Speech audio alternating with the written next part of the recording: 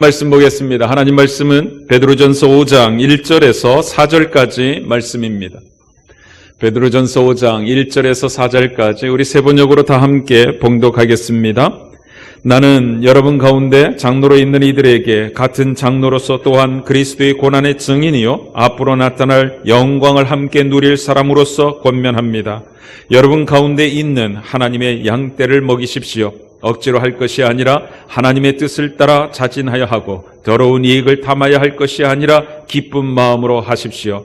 여러분은 여러분의 맡은 사람들을 지배하려고 하지 말고 양떼의 모범이 되십시오. 그러면 목자장이 나타나실 때에 변하지 않는 영광의 면류관을 얻을 것입니다. 아멘. 아멘. 오늘 우리들이 목격했던 것처럼 장차일 목장이 김태원 형제와 정희아 자매를 목자와 목녀로 세워서 분가하였습니다. 그리고 올해 우리 교회 일꾼도 세워집니다. 이 모두가 다 하나님께서 매우 기뻐하실 일들입니다. 그래서 오늘 베드로 사도를 통해서 교회 공동체를 섬기는 일꾼들에게 주시는 주님의 권면을 경청해 보려고 합니다.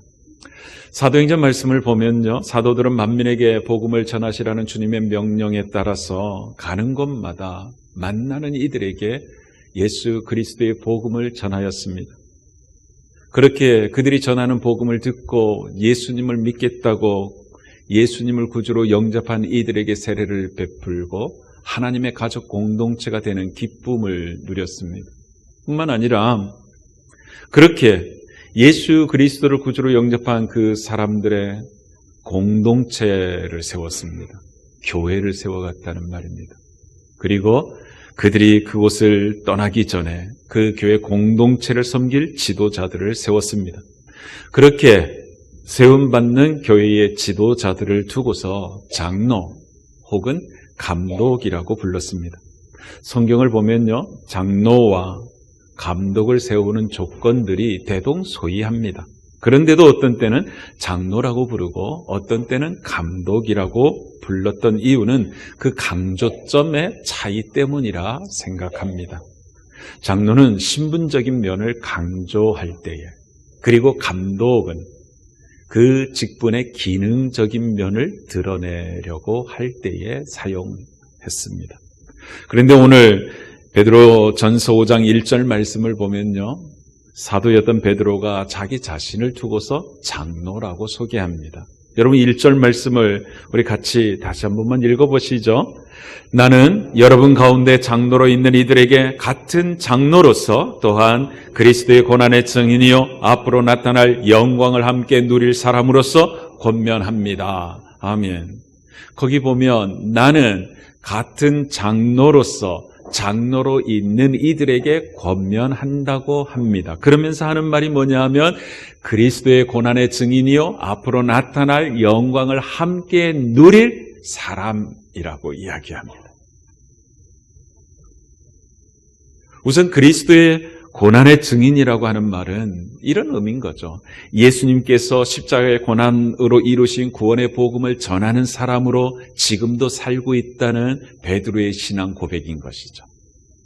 너희는 가서 모든 민족을 제자로 삼아서 아버지와 아들과 성령의 이름으로 세례를 주고 내가 너희에게 명령한 모든 것을 가르쳐 지키게 하라고 하신 주님의 명령에 오늘도 여전히 순종하며 살아가고 있다는 그의 인생의 고백인 것입니다. 그리고 앞으로 나타날 영광을 함께 누릴 사람이라는 말씀은 다시 오실 주님께서 주실 영원한 상급을 바라보며 요한계시록의 표현대로 한다면 목이 마른 사람과 생명의 물을 원하는 사람들에게 예수 그리스도의 구원의 복음을 전하며 살고 있다는 고백인 것이죠.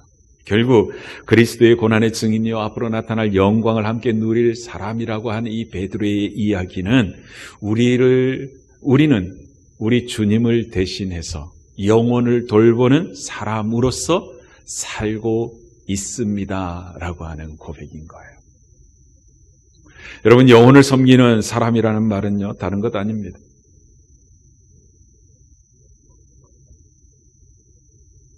주님께서 하셨던 그 일을 주님을 대신해서 하고 있는 삶을 이야기하는 것이죠. 베드로는 이런 영혼 섬기는 사람이라고 하는 의식을 가슴에 품고 한평생 살아왔던 것입니다. 그런 마음으로 사도로서의 직분에 충성하였고 장로라는 직분에 충성하며 살아왔던 것입니다. 그런 삶을 살아온 베드로가 같은 장로로서 다른 장로들에게 여러분도 반드시 영혼을 섬기는 사람이 되어야 한다고 권면하는 것입니다. 장로와 같은 교회의 일꾼은 반드시 영혼을 섬기는 사람이어야 한다는 말입니다. 그럼 영혼을 섬기는 사람이란 무슨 의미인가? 다른 것 아닙니다. 예수 그리스도를 믿지 않는 비신자들에게 예수 그리스도의 구원의 복음을 전해서 그들로 하여금 예수님을 믿도록 하는 사람이라는 말입니다. 영혼을 섬긴다는 그 말은 예수 그리스도를 믿어 하나님의 자녀가 된 사람들로 하여금 더욱더 주님을 사랑하게 하고 주님의 삶을 닮아가는 그리스도의 제자가 되도록 디딤돌이 되어주고 때로는 이끌어주기도 하는 사람, 그 사람이 바로 영혼을 섬기는 사람이라는 말의 의미입니다. 이것이 베드로가 생각하고 있는 장로의 삶이요 교회의 일꾼들의 삶이라는 말이죠. 저는 우리 교회에도 이런 장로, 이런 교회의 일꾼들이 끊임없이 세워졌으면 참 좋겠습니다. 오늘과 같은 일이 끊임없이 일어났으면 좋겠어요. 여러분 모두도 한 사람 한 사람 장차 이러한 장로와 교회 일꾼들로 세워지기를 우리 주님의 이름으로 축복합니다. 사실 장로로 지칭되고 있는 교회 일꾼들이 영혼을 섬기는 사람이어야 함을 베드로는 2절 말씀에서 매우 직설적인 표현으로 언급합니다.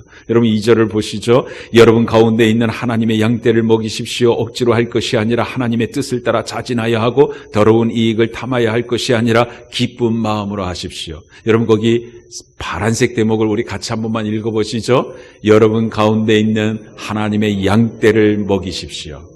여러분 양떼를 먹인다는 말은 목양한다는 말입니다. 성도들을 돌본다는 말입니다. 영혼들을 돌보고 섬긴다는 말입니다. 여러분 이게 장로라고 하는 직분이 감당해야 하는 사역이라는 것입니다.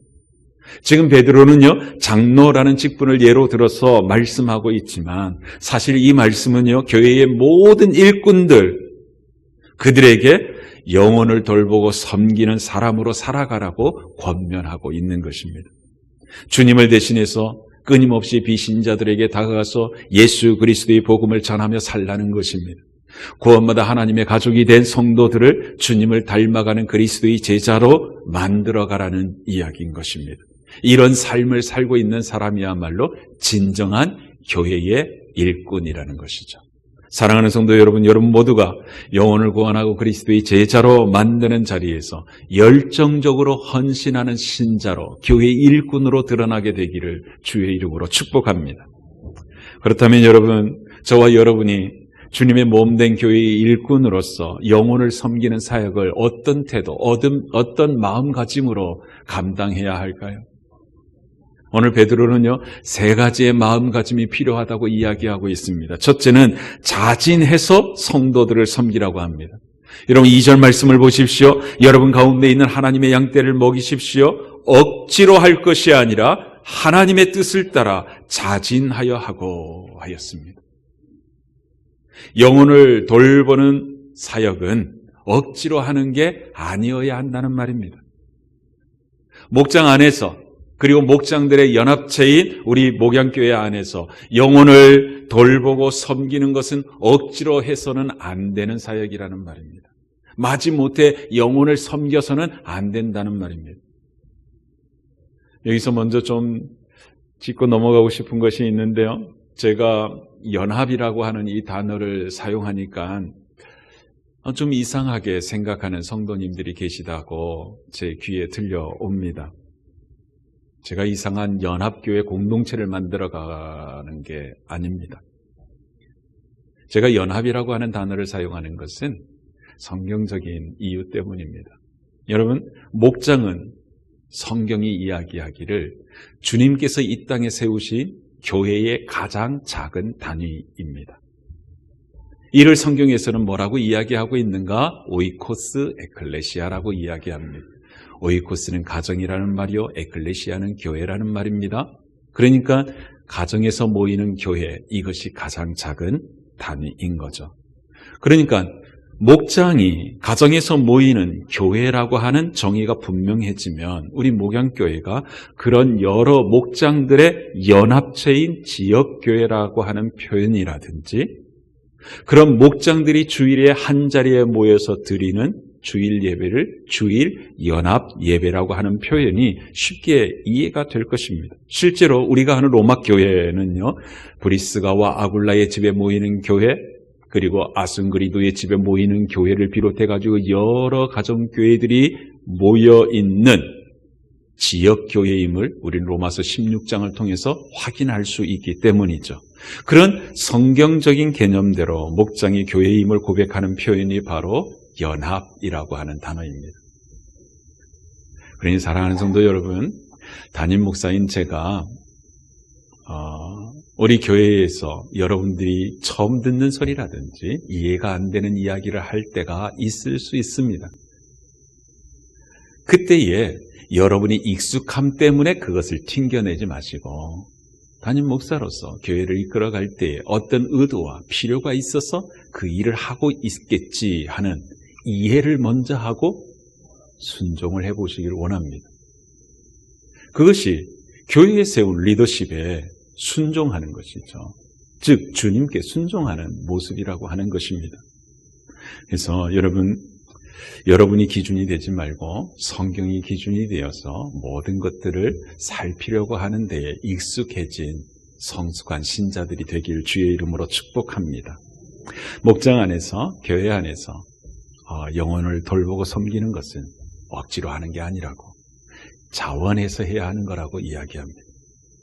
영혼을 돌보고 섬기는 것은 자원해서, 자진해서 할 수밖에 없다고 이야기합니다. 왜 그럴까요? 그 이유는 나를 구원해 주신 하나님 때문입니다. 나를 구원해 주신 하나님의 사랑을 내가 체험했기 때문입니다. 내게 주신 구원의 은혜가 얼마나 크고 놀라운지를 내가 너무나 다 잘 알고 있기 때문입니다. 그래서 영혼을 돌보고 섬기는 것을 특권이라고 생각하게 된다는 것이죠. 사실 사도 바울이 영혼을 돌보고 섬기는 사람이 된 것은 하나님이 주신 은혜의 선물이라고 이야기합니다. 에베소서 3장 7절 말씀을 보면 그는 이렇게 고백합니다. 나는 이 복음을 섬기는 일꾼이 되었습니다. 내가 이렇게 된 것은 하나님께서 그분의 능력이 작용하는 대로 나에게 주신 그분의 은혜의 선물을 따른 것입니다. 나에게 주신 은혜의 선물이라고 이야기합니다. 그러니 사랑하는 성도 여러분, 우리가 바울처럼 자원함으로 영혼을 돌보고 섬기는 사람으로 살아갈 수밖에 없는 이유는 그 일이 내게 주신 하나님의 은혜요 선물이기 때문입니다. 하나님의 사랑을 알고 하나님의 구원을 체험했기 때문에 하나님이 구원하신 다른 하나님의 가족들을 섬기는 것은 너무나 당연한 일로 생각되는 거죠. 억지로 하는 게 아니라 진심으로 자진해서 할 수밖에 없는 것입니다.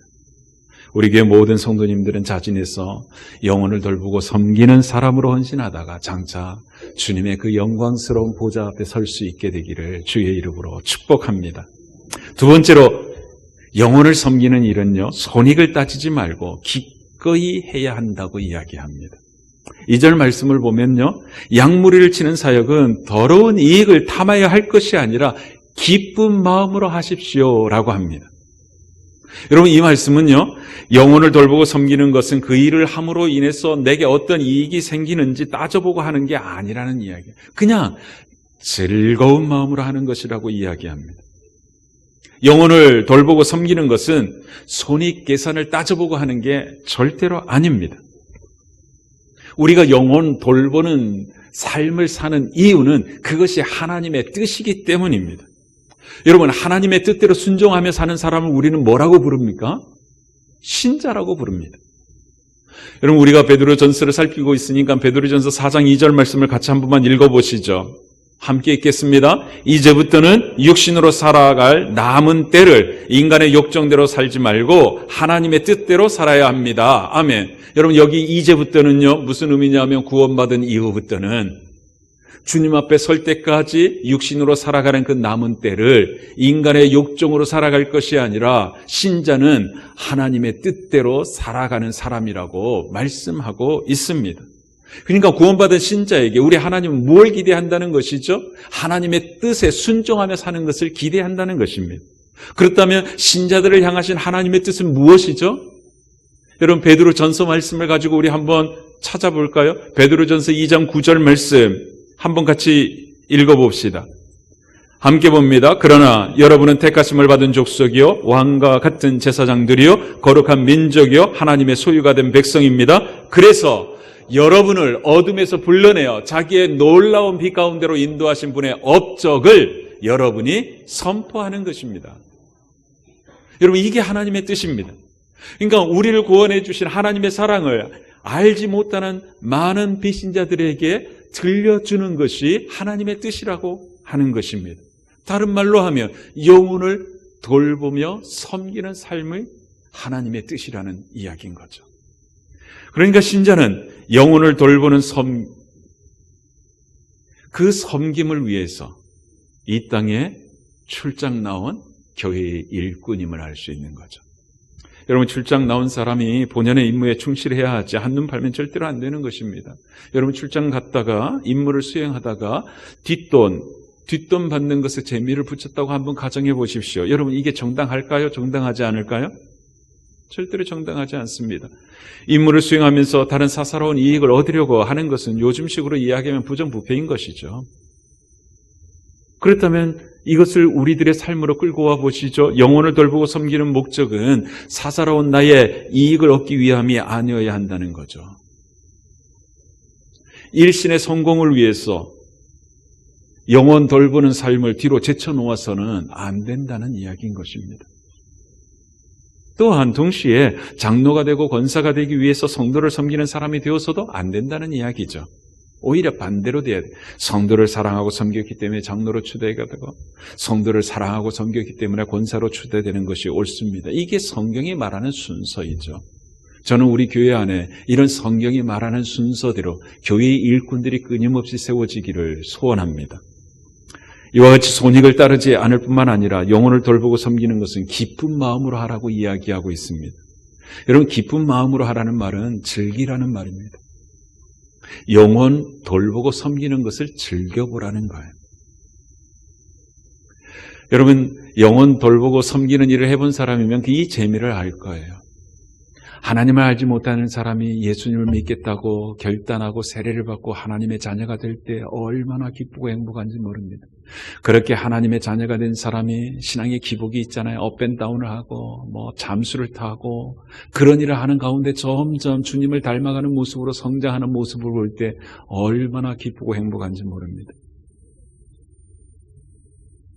그러니까 기쁜 마음으로 하라는 말은 이런 모든 일련의 과정들이 비록 어렵고 숨막히고 힘들어도 즐겨보라는 이야기인 것입니다. 여러분, 우리가 흔히 하는 이야기들 있지 않습니까? 타고난 자는 노력하는 자를 이기지 못하고 노력하는 자는 즐기는 자를 따라가지 못한다고. 저는 우리 모두가 영혼 돌보고 섬기는 삶을 즐길 줄 아는 신자가 되었으면 참 좋겠습니다. 노력할 뿐만 아니라 즐기는 신자가 되어서 저와 여러분 모두가 영혼을 돌보고 섬기는 고수가 되었으면 참 좋겠습니다. 저는 목사가 된 지 이제 29년이 넘어서는 것 같습니다. 그런데 아직도 하수입니다. 그래서 새벽마다 저는 하나님 앞에 올리는 기도 제목 하나가 있습니다. 주님, 목회 사역을 있는 힘을 다해 노력할 뿐만 아니라 즐기는 자가 되게 해 주옵소서. 그렇게 즐기는 자로 고수가 되고 싶은 거죠. 그래서 요즘은요, 영혼 돌보고 섬기는 그것 때문에 낙담되는 일이 참 많습니다. 그런데 이전과 달라지는 것들이 뭐냐면 기대가 되는 거죠. 합력의 손을 이루시는 하나님, 그 하나님께서 이렇게 어렵고 눈물 쏙 빼는 일을 만나게 하신 데에도 이유가 있을 것이고 이 일을 통하여 하나님의 하나님 되심을 보게 해 주실 터인데 과연 어떤 결론이 날까 기대가 되곤 합니다. 조금씩 즐기는 사람으로 변해가고 있는 것 같습니다. 사랑하는 성도 여러분, 여러분들도 영혼을 돌보고 섬기는 삶을 즐길 줄 아는 주님의 일꾼들이 되기를 주의 이름으로 축복합니다. 세 번째는 지배하려고 하지 말고 모범이 되라고 이야기합니다. 여러분 3절 말씀을 보면 여러분은 여러분이 맡은 사람들을 지배하려고 하지 말고 양떼의 모범이 되십시오 하였습니다. 하나님께서 맡겨주신 영혼들을 지배하려고 하지 말라고 하십니다. 그 이유는 내가 주인이 아니기 때문입니다. 주님께서 그 영혼을 내게 맡겨주셨기 때문입니다. 내 양이 아닙니다. 하나님의 양입니다. 우리들이 섬기고 있는 성도들의 진짜 주인은 우리 주님이시라는 말입니다. 그러니까 내 휘하에 두어서 내 마음대로 하려는 태도를 버려야 한다. 그 이야기인 것입니다. 내 사람을 만들려는 것이 아니라 주님의 제자로 세워가야 한다는 말이죠. 내 취향에 맞는 사람을 만들어가는 것이 아니라 하나님 뜻에 순종하는 하나님의 백성들로 세워가는 것이 진짜로 영혼을 돌보고 섬기는 일이라는 것입니다. 그래서 베드로는 여러분은 여러분이 맡은 사람들을 지배하려고 하지 말고 양떼의 모범이 되라고 말씀하는 것입니다. 누군가에게 모범이 되라고 하는 것은 베드로만이 우리에게 주는 권면이 아닙니다. 이미 주님께서 모든 제자들에게 주셨던 말씀이었습니다. 요한복음 13장 15절 말씀을 보니까요, 내가 너희에게 한 것과 같이 너희도 이렇게 하라고 내가 본을 보여준 것이라고 말씀하십니다. 여러분, 이게 예수님이 영혼을 돌보고 섬기는 방법이었습니다. 사랑하는 성도 여러분, 목장 모임에 대해서도 종종 오해하는 분들이 계신 것 같아요. 어떻게 밥만 먹고 이야기만 나누는 것이 예수 그리스도의 제자를 만드는 제자 훈련이 될 수 있느냐, 성경을 가르치고 배워야 하지 않느냐, 이런 이야기 말입니다.